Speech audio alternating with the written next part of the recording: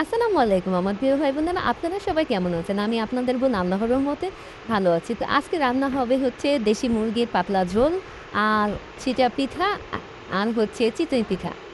তো দেখেন এই জায়গায় আমি মুরগিগুলো আগে কেটে কুটে খুব সুন্দর করে পরিষ্কার করে তারপর আগুনে দিয়ে যেটাকে বাংলা ভাষায় বলে স্যাঙ্গানো স্যাঙ্গায় ট্যাঙ্গায় সব কিছু করে রেখে দিয়েছিলাম। এখন এই মুরগিটা খুব সুন্দর করে কেটে কুটে একেবারে পিস করে নিয়েছি। তারপরে ভালো করে লবণ দিয়ে ধুয়ে টুয়ে সাধারণত সবাই যেভাবে রান্না করে আমিও ঠিক ওইরকমভাবেই রান্না করতেছি।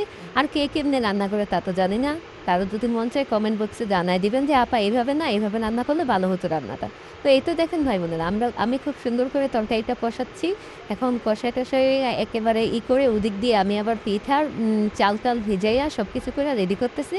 উম এই তো দেখেন আমার কষানি-টষানি সব শেষ। তারপরে হচ্ছে আমি একটু গরম পানি করে এই তরকারিটার মধ্যে দিয়ে দিলাম। এখন একেবারে নেবু আঁচে বসায় রাখবো। আর এদিক দিয়ে আমি তরকারিটা চুলায় বসায় রাখছি। আর এদিক দিয়ে আমি পিঠার চালগুলো ব্লেন্ডারে দিয়ে খুব সুন্দর করে ব্লেন্ডার করে নিলাম।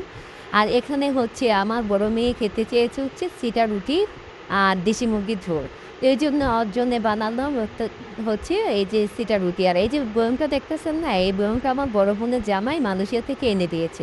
এই বয়ামটা খুব সুন্দর। আর এই বয়ামটা দিয়ে আমি চিটা রুটি বানালে নষ্ট কম হয় আর পিঠাগুলিও খুব সুন্দর হয়। হাতের ঝামেলা ছাড়া একেবারে কোনো রকম হাতের ছোঁয়াছুঁয়ি নেই, ঝামেলা নেই, একেবারে খুব সুন্দরভাবে হয়।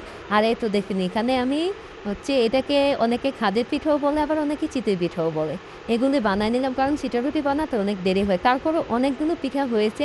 আরেকটা কথা আপনাদের বলতে ভুলে গেছি। আমি কিন্তু ভাই বোনেরা বোনের বাড়ি বেড়াতে এসেছি। আর বোনের বাড়ি বেড়াতে এসেই এইসব কিছু খাচ্ছি। আর এই যে এই তরকারিটা দেখতেছেন এই তরকারিটা হচ্ছে আমাদের দুপুরে।